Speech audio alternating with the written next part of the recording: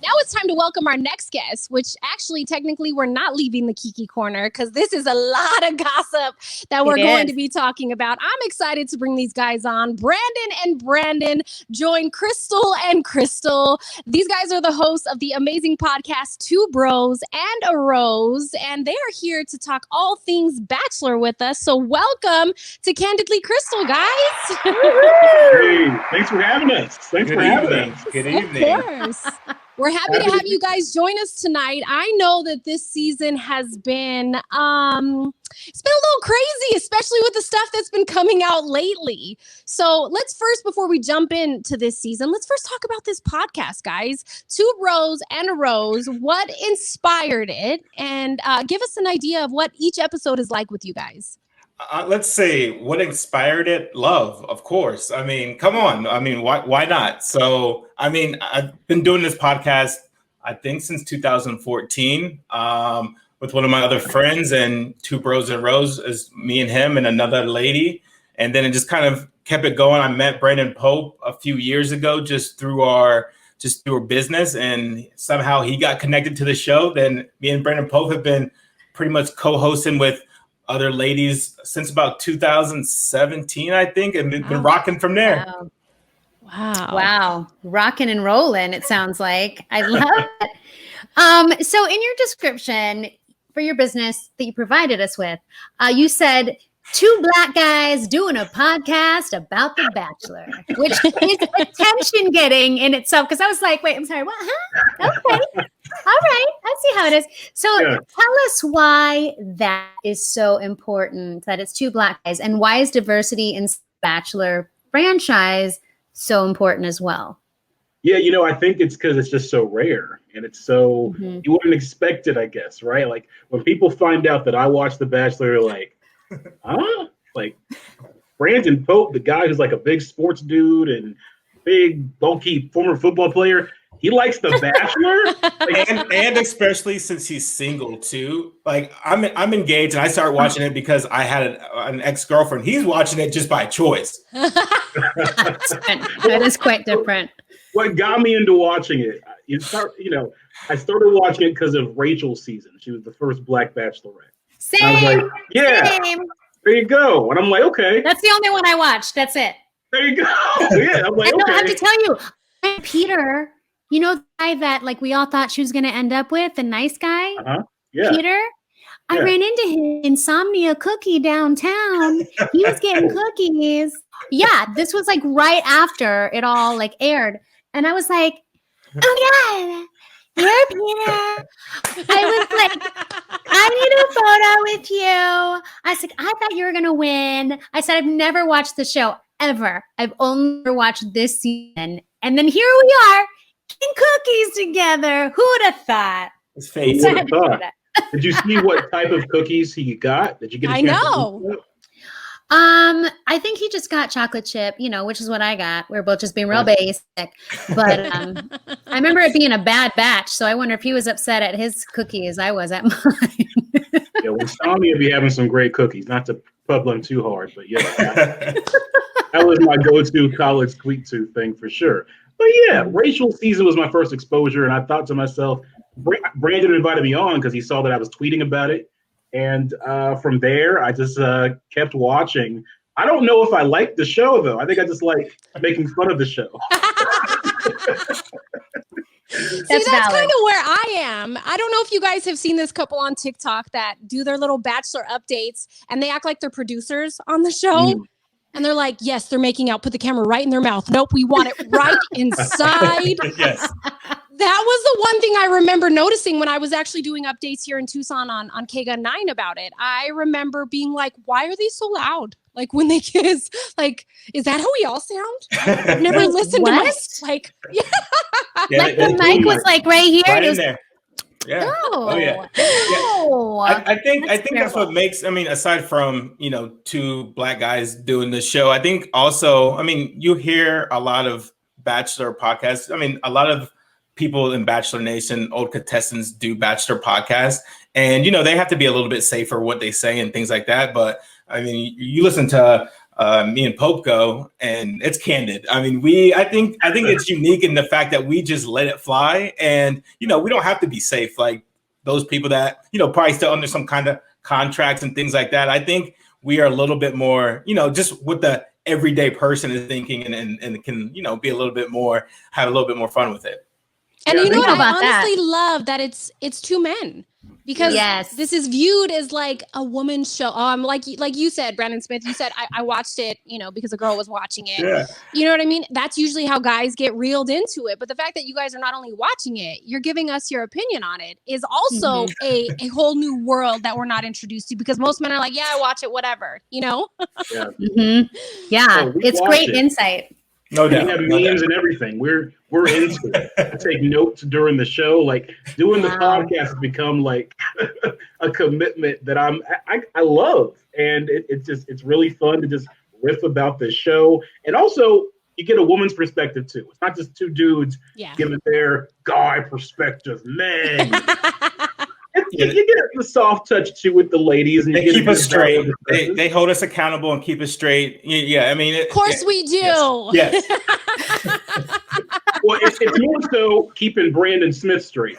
They call me Femis B, so I'm usually the one that's on the and he's the one that's like the savage. And you're the single one. How is that? Look, just because he says this it doesn't make it true. Okay, keep that in mind as well. I love it. Well, if you're just tuning in, we are talking to the hosts of Two Bros and a Rose podcast. We have Brandon Smith and Brandon Pope joining Candidly Krystal tonight. Now, we've been talking about their podcast, and we're going to get into how you can listen. But let's talk about this season. I'm sure you guys are well aware. First of all, the Bachelor fan base is intense. It is. And I mean, people choose sides. And so I have actually really enjoyed reading and researching for this segment, because I love seeing what people talk about. And the one thing that stood out to me is so many people are pissed that Matt kisses with his eyes open. Have you guys noticed that? Have you guys talked about what is happening on this show? Mouth sounds, eyes open. What? Go ahead, Pope. It's a whole new world, and that's one of the first things we noticed. I didn't notice it right away. They actually on the podcast put me onto it. Now every time he kisses, I'm like looking like, yo, are his eyes open? I used to date a woman who kissed with her eyes open. No. On the podcast. And the reason we broke up because I was really weirded out by the fact that she was like, really? Yeah, it was. That's weird. an immediate way to get me to detach. Like if I see that, I'm like, Bloop.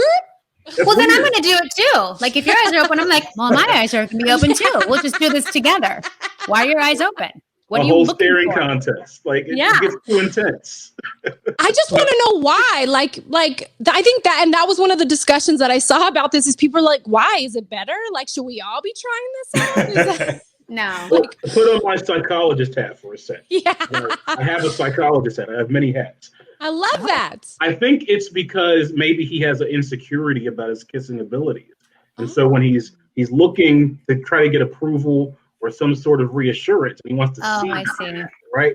That's what my psychological thing.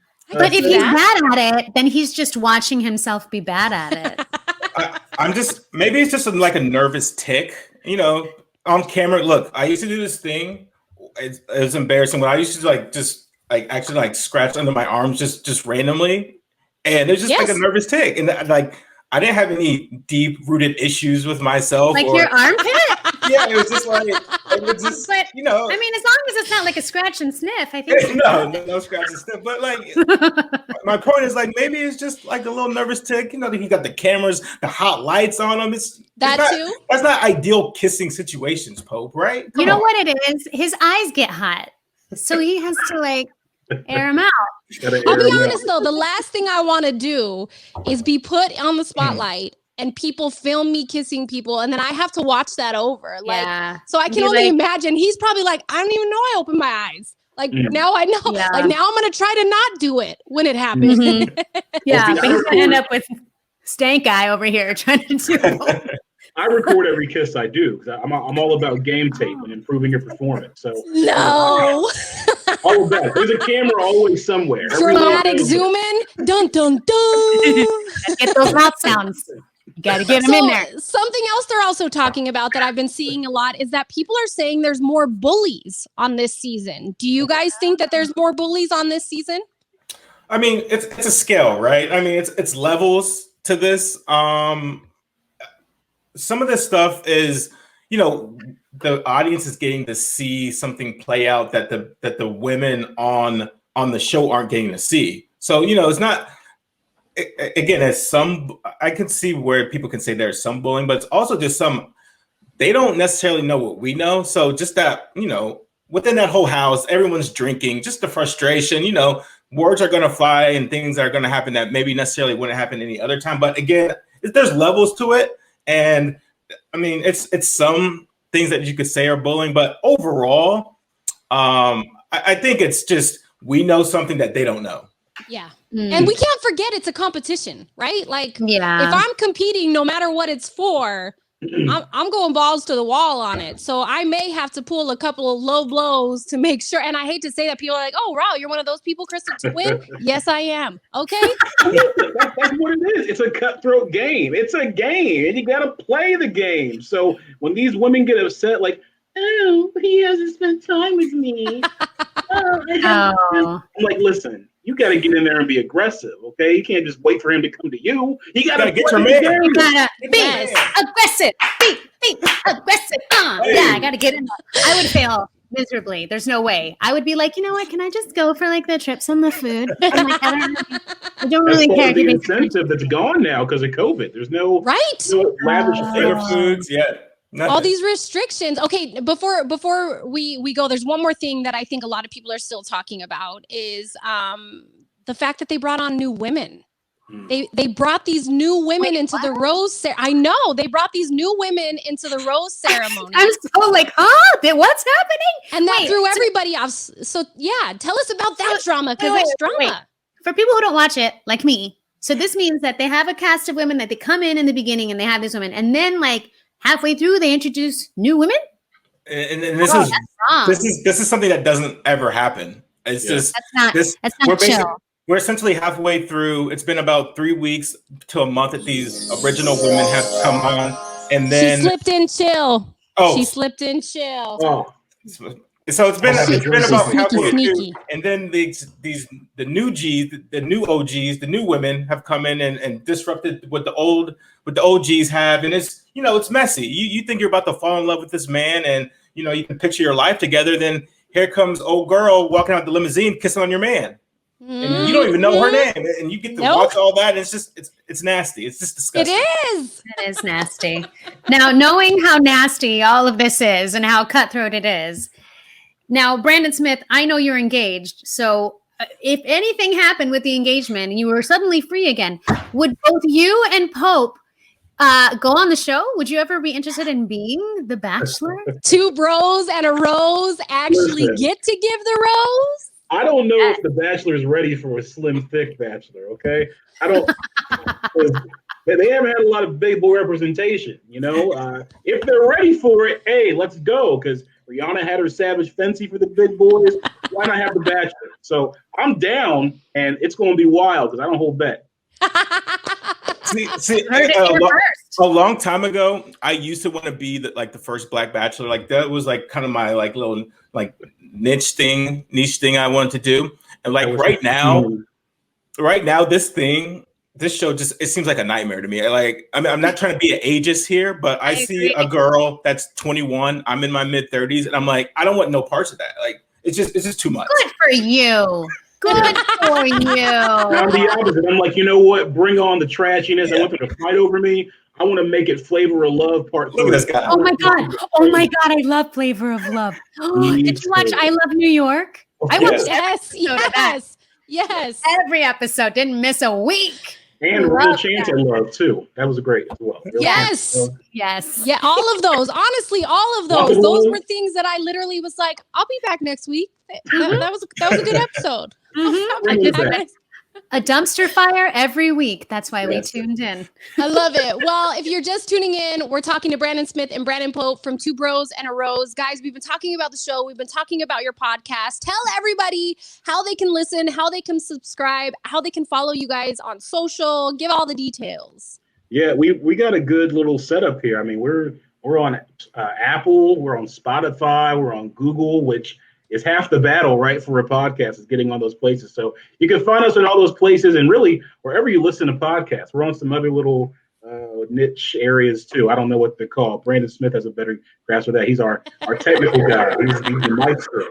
Yeah, look, we watched. We're super committed to this. We watch the show Monday nights. We record Monday nights, and when you wake up Tuesday morning, you have us in your ears. So that's look, amazing. We get that recap out, and we want you guys to laugh with us and enjoy kind of what we got to experience and what everyone else that's listening to is experiencing too.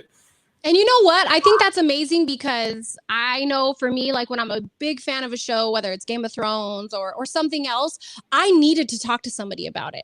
Like that next day, I was like, oh, no, spoiler alerts. I'm like, then get out of my face. Stop wasting my time. Like, I want to talk to someone right now about what's going on. So I love that you guys pump it out and get it out that next morning, because there's people like me, especially with The Bachelor, who are like, I got to talk about the drama. Those 5 women just came into the Rose room. Like, so I think that's amazing. So awesome. Well, you guys, we love it. We love to see it. And we hope to have you guys back on maybe for the finale. We can welcome you guys back on to give that feedback. Yes, Yay! yes. Awesome.